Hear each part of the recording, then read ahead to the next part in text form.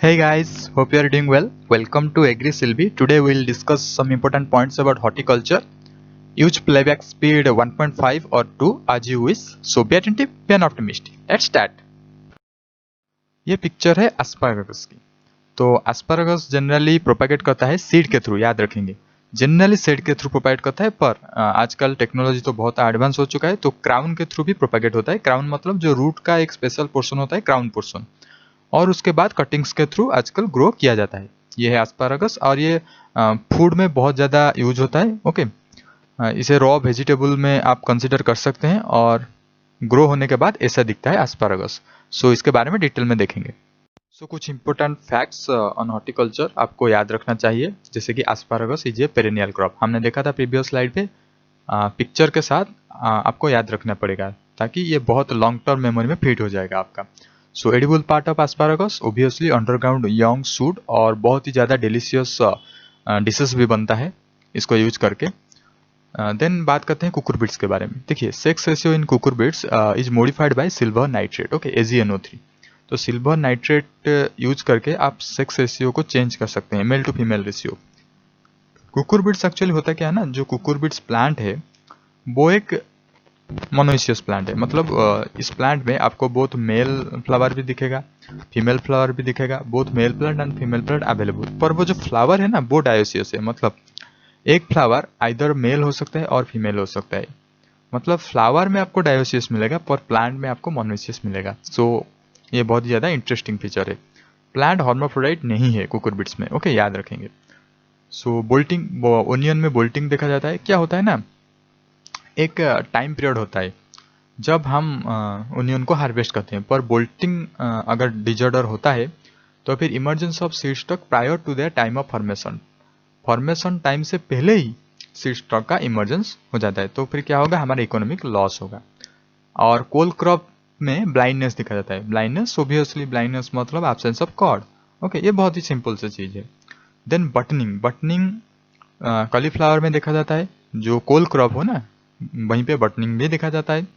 Small chords formation हो जाएगा, मतलब इकोनॉमिकल लॉस, क्योंकि अगर लार्ज कॉर्ड होगा तो मार्केट में उसका डिमांड होगा, बहुत ज़्यादा प्राइस में बिकेगा। अगर स्मॉल कॉर्ड होगा तो फिर ऑब्वियसली। सो ये होता है क्यों, डेफिशिएंसी ऑफ नाइट्रोजन। तो याद रखेंगे, नाइट्रोजन के डेफिशिएंसी की वजह से बटनिंग होता है। कोल क्रॉप में ब्लाइंडनेस होता है। ओनियन में बोल्टिंग होता है, ओके। देन ब्लांचिंग की बात करते हैं। ब्लांचिंग एक्चुअली एक प्रोसेस है, हम करते हैं, आर्टिफिशियली हम करते हैं। क्यों ना, क्या होता है, वेजिटेबल्स को जब हम मतलब प्लांट से डिटैच करेंगे और घर में स्टोर करेंगे तो क्या होता है ना, स्लोली स्लोली उसका सारे के सारे विटामिन, उसका एंजाइम सब डीजेनरेट हो जाता है, ओके। सो क्या होता है, वेजिटेबल्स डैमेज हो जाता है। इसीलिए हम उसे थोड़ा उसका लाइफ स्पान थोड़ा सा इंक्रीज करने के लिए हम ब्लांचिंग करते हैं। क्या करते हैं, थोड़ा सा स्टीम दे देते हैं या फिर उसे थोड़ा बॉईल कर देते हैं, बस स्लाइटली बॉईल। तो क्या होता है, इनएक्टिव एंजाइम इनएक्टिव हो जाता है। मतलब जो एंजाइम डिटोरेशन प्रोसेस को फास्ट करता है वो एंजाइम इनएक्टिव हो जाता है कुछ देर तक। सो लाइफ स्पान बढ़ जाता है। जनरली ब्लांचिंग होता है लाइफ स्पान को इंक्रीज करने के लिए वेजिटेबल में, सारे के सारे वेजिटेबल में होता है, no doubt. Seed of carrot is known as schizocarp, याद रखेंगे। फॉर्किंग जो होता है ना कैरोट में, आप देखेंगे ऐसे ऐसे फॉर्किंग करके कैरोट मतलब अच्छा नहीं दिखेगा, तो वो होता है क्योंकि कॉम्पैक्ट सॉइल की वजह से। तो आप कैरोट अगर प्लांट कर रहे हैं तो कॉम्पैक्ट सॉइल नहीं लगाएंगे। उसके बाद लॉन्ग डिस्टेंस ट्रांसपोर्ट अगर आप कर रहे हैं मस्क मेलन को, ओके, तो किस स्टेज में आप उसे हार्वेस्ट करेंगे, हाल्फ स्लिप स्टेज में, ओके। ये देखिए बोल्टिंग इन ओनियन, जैसे कि मैंने पहले स्लाइड पे बताया था, बोल्टिंग होता है ओनियन पे। और ये है कोल क्रॉप के बारे में। देखिए कोल क्रॉप डिफरेंट है। कोल क्रॉप मतलब आप जस्ट याद रखें क्रूसीफेरी फैमिली से, क्रूसीफेरी फैमिली से जो जो क्रॉप बिलोंग करते हैं उसे कोल क्रॉप बोलते हैं। जैसे कि कैबेज हो गया, कलीफ्लोरी हो गया, ओके। उसी वहाँ पे आपको दिखने को मिलेगा बॉटनिंग, ब्लाइंडनेस, ये डिजीज कॉमन है कोल क्रॉप में। सो ये किस लिए होता है, लो नाइट्रोजन कंटेंट की वजह से, लो सॉइल मॉइस्चर की वजह से, लो टेम्परेचर की वजह से, ओके। सो ये सारी चीज कल्प्रिट है कोल क्रॉप में, बॉटनिंग और ब्लाइंडनेस। ये और कुछ इंपॉर्टेंट डिजॉर्डर है, फिजियोलॉजिकल डिजॉर्डर इन कोल क्रॉप। जनरली आप बोल सकते हैं कॉलीफ्लावर, क्योंकि कॉलीफ्लावर भी क्रूसीफेरी फैमिली से बिलोंग करता है, ओके। सो ब्लाइंडनेस, स्विफ्टाइल डिजीज, फुजिनेस, हेलोनेस, राइसनेस, ये सारे हम इसके बारे में डिटेल में चर्चा करेंगे। ओके, ब्लांचिंग के बारे में जानते हैं। मैंने पहले वाले स्लाइड में बता चुका हूँ ब्लांचिंग क्या है, आप चाहें तो पढ़ सकते हैं। वही एंजाइम का एक्टिविटी को लेस कर देगा तो फिर उसका लाइफ स्पैन बढ़ जाएगा। और ब्लांचिंग करने का एक और फायदा, जो डार्ट है, ऑर्गेनिज्म से, ब्राइटनेस, कलर्स है, ये सारे के सारे क्या होगा ना, क्लीन हो जाएगा। वो जो वेजिटेबल्स है वो क्लीन हो जाएगा। ये ब्लांचिंग का और एक फायदा है। उसके बाद जानते हैं सुगारी डिजीज। देखिए, रूट एंड स्टेम गमोसिस हो गया, सुगारी डिजीज हो गया, ये सारे के सारे होता है राइजोक्टोनिया सोलानी की वजह से। ओके, तो इसे हम कंट्रोल करेंगे राइजोक्टोनिया सोलानी को, तो फिर गमोसिस और सुगारी डिजीज नहीं होगा। क्या होता है सुगारी डिजीज में? The root gets seeded, root damage हो जाएगा, स्टेम रॉट होगा और ऊज निकलेगा। मतलब ऊंड जैसे होता है ना, हमारे बॉडी में ऊंड होता है, उसी तरह ऊंड आपको मिलेगा। ये जनरली फेनल में देखा जाता है, हम इसके बारे में डिस्कस करेंगे। The plants ultimate ड्राइज of and dead. और कुछ इंपॉर्टेंट चीजें जो जिसको आपको पता होना चाहिए, जैसे कि पॉलिनेटिंग एजेंट इन ओनियन, ज़्यादा से ज़्यादा हनी बी। जनरली मैं आपको एक चीज़ बताता हूँ, आजकल वो जो प्रैक्टिस है ना, हॉर्टिकल्चर के साथ साथ हम वेजिटेबल क्रॉप, फ्लावर क्रॉप, ये सारे इंग्रेडिएंट करते हैं, इंटीग्रेट करते हैं। क्यों करते हैं? क्योंकि जो फ्लावर क्रॉप अगर हम लगाएंगे ना, तो फिर क्या होगा, पॉलिनेटिंग एजेंट आएंगे। और वेजिटेबल क्रॉप अगर हम लगाएंगे, ये जो पॉलिनेटिंग एजेंट जैसे कि हनी बी हो गया, ये सारे ये वेजिटेबल प्रोडक्शन को भी इंक्रीज करेंगे। सो इसीलिए हम सारे के सारे चीज़ को इंटीग्रेट करते हैं। तो हनी बी भी एक पार्ट है जिसकी वजह से ओनियन का प्रोडक्शन बढ़ जाता है। वाटरमेलन का सेक्स फॉर्म आप याद रखेंगे, monoecious means both sexes are present. Seed rate of hybrid tomato देखिए 100 to 150 gram per hectare. Hybrid tomato, okay, hybrid tomato को याद रखेंगे, सिर्फ आप 100 याद रखिए। Origin of cucumber India, obviously we know. And physiological process, हाँ ऑब्वियसली रेस्पिरेशन की वजह से हमारे फ्रूट्स एंड वेजिटेबल डिटोरिएट हो जाता है। ओके, क्योंकि ये बहुत ही ज़्यादा जरूरी है, नहीं तो राइपनिंग कैसे होगा। Okay, serious disease in cumin याद रखेंगे, विल्ट, विल्ट होता है क्यूमिन पे बहुत ज़्यादा। सुगारी डिजीज के बारे में हम डिस्कस कर चुके हैं, जनरली फेनल में पाया जाता है और ये वायरस की वजह से होता है। ओके, पर वहां पे हमने जो देखा था वो होता है क्या, राइजोक्टोनिया सोलानी की वजह से। ओके, याद रखेंगे ये। Vitamin C act as antioxidant. Tuberization of potato, देखिए पोटैटो में ट्यूबर होना ही चाहिए क्योंकि ट्यूबर हमारा इकोनॉमिक पार्ट है। So tuberization of potato required short day length, हमको शॉर्ट डे बनाना पड़ेगा। मतलब जब ट्यूबराइजेशन प्रोसेस शुरू होगा पोटैटो में, तब हमको थोड़ा सा डे लेंथ कम करना पड़ेगा। The element which improve quality of फ्रेंक्स seed is boron. Okay, boron quality को इम्प्रूव करता है। ओके, फ्रेंगेक में। So edible parts of non solanum, ये जरूरी नहीं है। Onion variety suitable for dehydration. White colour, देखिए व्हाइट कलर जो वेराइटी होता है ना ओनियन का, वो डिहाइड्रेशन के लिए अच्छा है। एंटी फंगल फैक्टर कैटेकल, जो कि ओनियन में पाया जाता है, याद रखेंगे, इंपॉर्टेंट है। और प्रोसेसिंग में जो विटामिन लॉस्ट हो जाता है वो होता है विटामिन सी, और विटामिन सी बहुत ज़्यादा जरूरी है एंटीऑक्सीडेंट के लिए, इसीलिए ज़्यादा प्रोसेस्ड फूड खाना नहीं चाहिए। ओके, सो ओके, जानते हैं रूटा बागा के बारे में, क्योंकि अभी ये ज़्यादा मतलब पॉपुलर है। सो ये टर्निप है, ये तो सभी को पता है। ओके, ये है रूटा बागा। देखिए सिमिलर थोड़ा थोड़ा है पर डिफरेंट भी बहुत ज़्यादा है। तो जानते हैं actually rutabaga is a root vegetable. Obviously root, turnip भी रूट वेजिटेबल है ना, और इसका जीनस है ब्रासिका जीनस। ये एक्चुअली बना कैसे, ये ट्यूनिप एंड कैबेज को क्रॉस करके रूटाबेगा बना गया है। ओके, और ओब्वियसली क्रूसीफेरस फैमिली से बिलोंग करता है, क्योंकि सारे के सारे वेजिटेबल्स जो टर्निप, कैबेज, ये सारे क्रूसीफेरस में बिलोंग करते हैं। तो जो नया प्रोडक्ट होगा वो भी क्रूसीफेरस फैमिली के अंदर ही आएगा। सो ब्राउनिश व्हाइट कलर, इसके बारे में जानते हैं। ओके, अभी हमने देखा रूटाबेगा के बारे में, यहाँ पे भी वही चीज लिखा है, rutabaga is a man made vegetable, brassica oleracea and brassica napus के क्रॉस की वजह से हुआ है। ओके, और बहुत ज्यादा फेमस है। सेल्फ इंकॉर्टिबिलिटी कहाँ पे आपको मिलेगा, मैंगो, आंवला, एप्पल, आलमंड एंड चेरी में भी आपको मिलेगा, याद रखेंगे, क्योंकि ऑप्शन में दे देगा सेल्फ इनकॉर्टिबिलिटी किसमें नहीं है, मैंगो, आंवला, एप्पल, ऑरेंज दे देगा, तो फिर आपको क्लिक करना पड़ेगा ना। सो इसलिए India is the largest person. देखिए कैशू वर्ड आएगा तो फिर आपको क्लिक करना है इंडिया, जो भी है क्वेश्चन, जो भी है कैशू मतलब इंडिया। और इंटरक्रॉप के लिए कौन सा प्लांट्स सुइटेबल है, ये देखिए, ये तो मतलब सिचुएशन का अनुसार, तो इसे छोड़ दीजिए। Fruits leading in area, obviously mango बहुत ही ज़्यादा एरिया में होता है, साइट्रस, देन बनाना। लीडिंग प्रोडक्शन, ओब्वियसली बनाना ज़्यादा होता है, क्योंकि टिश्यू कल्चर बहुत ही ज़्यादा डेवलप हो चुका है बनाना में। सो इसलिए प्रोडक्शन ज़्यादा होता है, पर एरिया मैंगो में होता है। किंग ऑफ फ्रूट होता है ना मैंगो। सो क्लाइमेटिक वर्सेस नॉन क्लाइमेटिक के बारे में थोड़ा सा डिस्कस कर लेते हैं। दो तरह के फ्रूट्स होता है, देखिए फ्रूट्स एंड वेजिटेबल को बहुत ही तरीके से कैटेगराइज मतलब किया हुआ है। तो आज हम डिस्कस करेंगे ये इसका ड्यूरेबिलिटी के अनुसार, climatic fruit, non climatic fruit.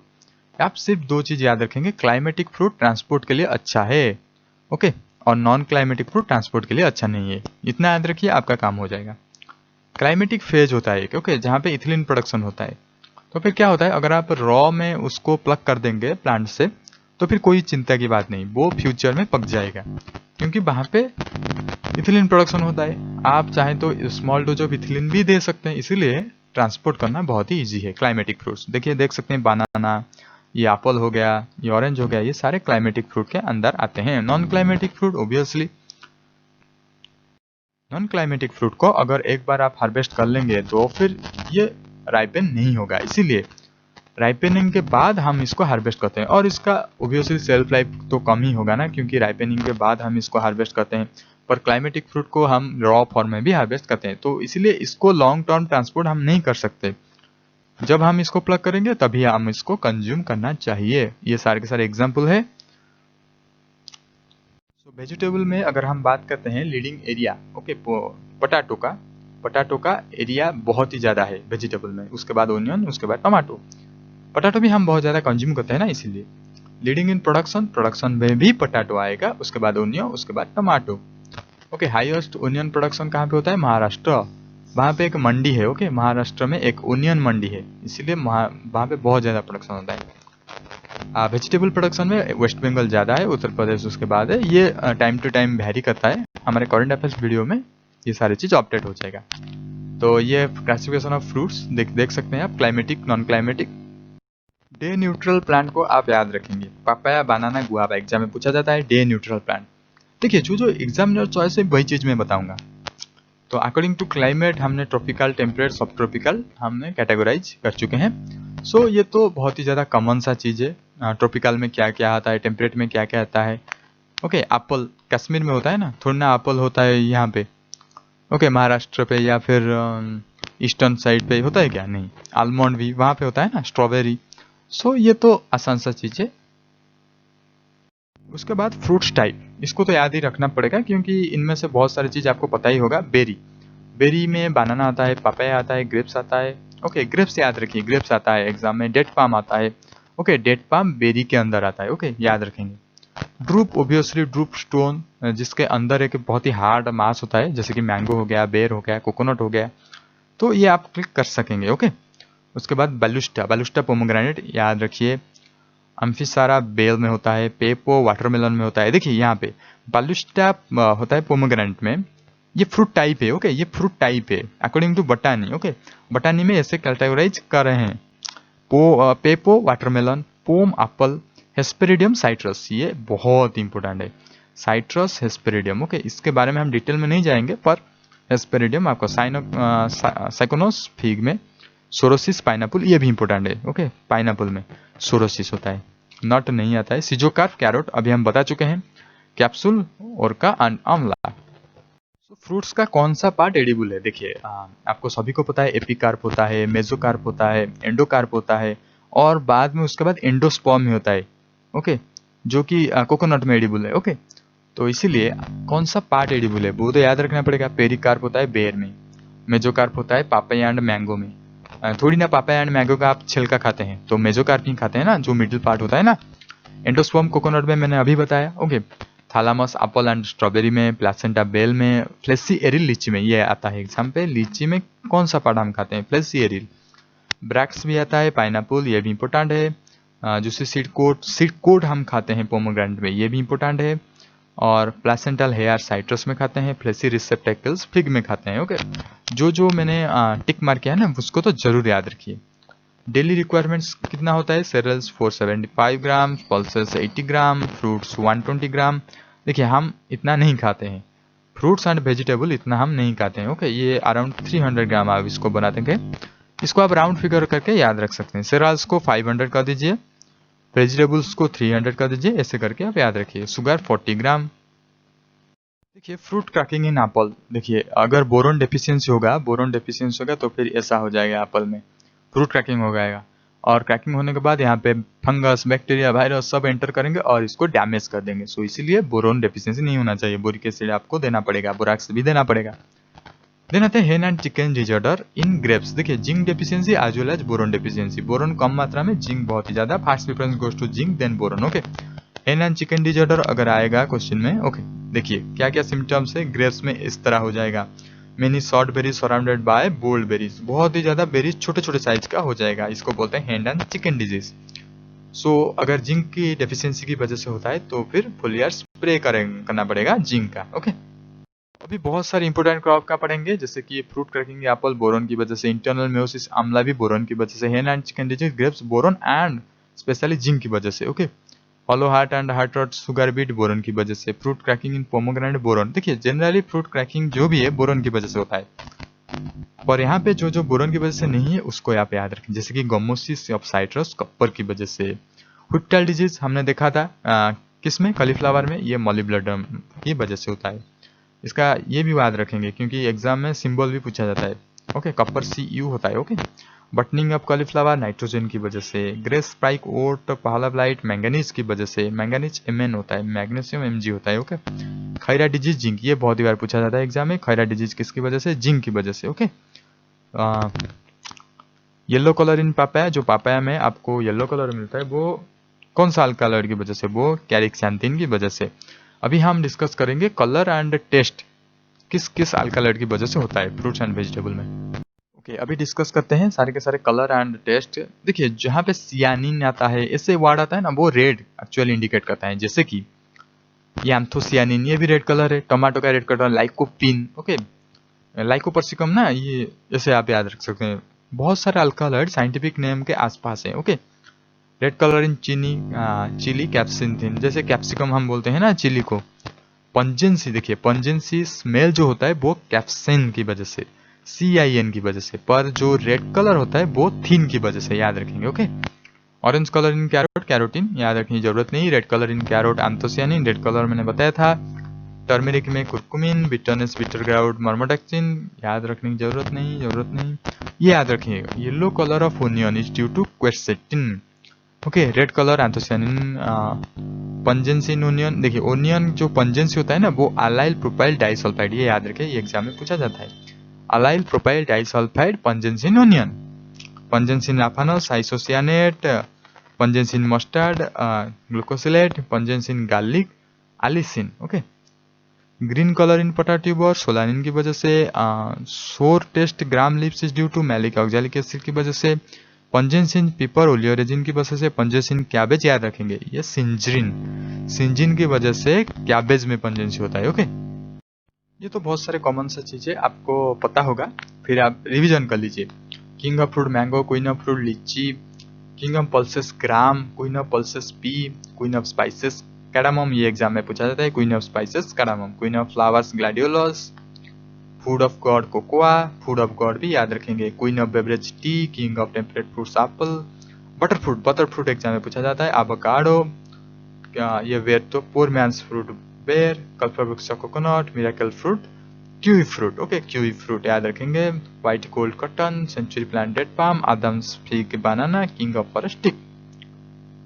देखिए ये एक टिपिकल ऑर्चर्ड का पिक्चर है। ऑर्चर्ड क्या होता है ना, जब हम मेन फील्ड में प्लांटिंग करते हैं उससे पहले हम ऑर्चर्ड में ग्रो करते हैं, ऑर्चर्ड में क्वालिटी डिटरमाइन करते हैं, ऑर्चर्ड में अच्छी मतलब अच्छे वेराइटी को हम डेवलप करते हैं, तो ये सब कुछ होता है ऑर्चर्ड में। सो ऑर्चर्ड के बारे में जानना बहुत ही ज़्यादा जरूरी है। सो ऑर्चर्ड की लोकेशन एंड साइट सिलेक्शन के बारे में डिस्कस करते हैं। देखिए पहले लोकेशन की बात करते हैं। ओबियसली ये एक रिसर्च फील्ड है, तो जरूरी है कि रिलेशन टू सिटी होगा, हाईवे पास में होगा, टाउन होगा। ओके, क्योंकि हमें जरूरत का इंस्ट्रूमेंट भी चाहिए होगा ना। साइट ऑफ ऑर्चर्ड, देखिए साइट तो obviously topography, altitude, water body, ये सारे के सारे चीजें डिसाइड करेंगे कौन सा साइट होने वाला है। ओके, और जो क्रॉप हम ऑर्चर्ड में प्लांट करेंगे, जिसके ऊपर हम रिसर्च कर रहे हैं, तो उसको भी ध्यान रखेंगे। ओके, फैक्टर्स, लैंड स्लोप, देखिए मोर देन 5% स्लोप अवॉइडेबल नहीं हो पाएगा। ओके, एंड मोर देन 15% तो आप रेस्ट्रिक्शन आप कभी भी नहीं बनाएंगे ऑर्चर्ड वहाँ पे। Direction of slope, southern slope better है, क्योंकि सदर्न स्लोप में ज्यादा सनलाइट मिलता है। ओके, अर्ली फ्लावरिंग होगा, early crop can be taken. So southern slope में अर्ली क्रॉप आप लेंगे। सॉइल फर्टिलिटी ये भी डिपेंड करता है स्पेसिस के ऊपर, जैसे कि मैंगो साइट्रस ग्रेप में हाई फर्टिलिटी रिक्वायर होता है, फाल्सा आंवला में पोर फर्टिलिटी सॉइल चल जाएगा। सॉइल टेक्सचर, लाइट टेक्सचर ये भी डिपेंड करता है स्पेसिस के ऊपर, जैसे कि पापाया बेर में लाइट टेक्सचर चल जाएगा। ट्रेनिंग एंड प्रूनिंग में डिफरेंस क्या है? देखिए, ट्रेनिंग एक ऑर्नामेंटल व्यू देता है प्लांट को, प्रूनिंग क्या होता है? फ्लावरिंग, फ्रूटिंग, ये सारे के सारे चीज के लिए प्रूनिंग रिस्पॉन्सिबल है। तो प्रूनिंग आपको ऐसा करना चाहिए जैसे कि फ्लावरिंग फ्रूटिंग को इफेक्ट डालेगा, मतलब आपको ज्यादा फ्रूटिंग चाहिए उसी तरह आप प्रूनिंग करेंगे, आपको ज्यादा फ्लावरिंग चाहिए वो एक डिफरेंट मेथड ऑफ प्रूनिंग होगा। Okay, so pruning determines flowering and fruiting period, और ट्रेनिंग एक ऑर्नामेंटल शेप देता है, एक ब्रांचिंग एंड फ्रेमवर्क देता है। ओके, और प्रूनिंग विगरनेस को इंक्रीज करता है, रिप्रोडक्टिव कैपेसिटी को इंक्रीज करता है। ओके, सो ये बेसिक चीजें हो गया ट्रेनिंग एंड प्रूनिंग के बारे में। ओके, सो ट्रेनिंग प्रूनिंग हमने क्यों पढ़ा? क्योंकि ऑर्चर्ड में ट्रेनिंग प्रूनिंग का इंपॉर्टेंस बहुत ही ज्यादा है। सो ट्रेनिंग इन ऑर्चर्ड हम जानते हैं, पहले देखिए judicial removal of plant parts, जो कि क्या होता है, एक शेप देता है प्लांट को, एक शेप ऐसा प्लांट, मतलब प्लांट को एक ऐसा शेप देता है जो कि बहुत सारे फ्रूट को कैरी कर सकेगा, तो वही होता है ट्रेनिंग। प्रूनिंग में क्या होता है? जुडिशियस रिमूवल ऑफ छोटे छोटे रूट हो गया, पत्ते हो गया, फ्लावर हो गया, फ्रूट हो गया, ये सारे आप रिमूव करेंगे, क्योंकि क्वालिटी मेंटेन करना चाहिए आपको, क्वालिटेटिव यील्ड आपको ज्यादा चाहिए, इसीलिए आप प्रूनिंग करते हैं। सो मेथड ऑफ ट्रेनिंग बहुत सारे मेथड है, central leader system, open centre system, ये सारे आप पढ़ सकते हैं क्योंकि ये इतना ज्यादा जरूरी नहीं है। Open centre system Frost area के लिए बिल्कुल भी नहीं करना चाहिए।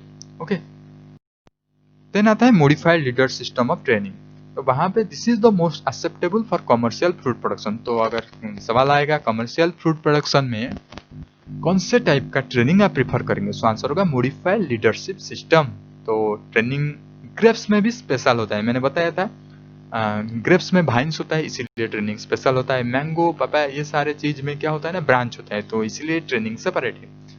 सो ग्रेप्स में क्या होता है, वाइटिकल्चर में हम इसको डिस्कस कर चुके हैं एक बार फिर से। हेड सिस्टम होता है लेस विगरियस कल्टीवर के लिए आप हेड सिस्टम को फॉलो करेंगे, ये बहुत ही सिंपल एंड इनएक्सपेंसिव होता है। निथिन सिस्टम को ऑल्सो बोलते हैं 4 केन सिस्टम, टेलीफोन सिस्टम को ऑल्सो बोलते हैं 6 केन सिस्टम, और ये जो सी है ना, ये विगरियस कल्टीवर के लिए प्रैक्टिस किया जाता है। देन प्रूनिंग मैं ऑलरेडी बता चुका हूँ।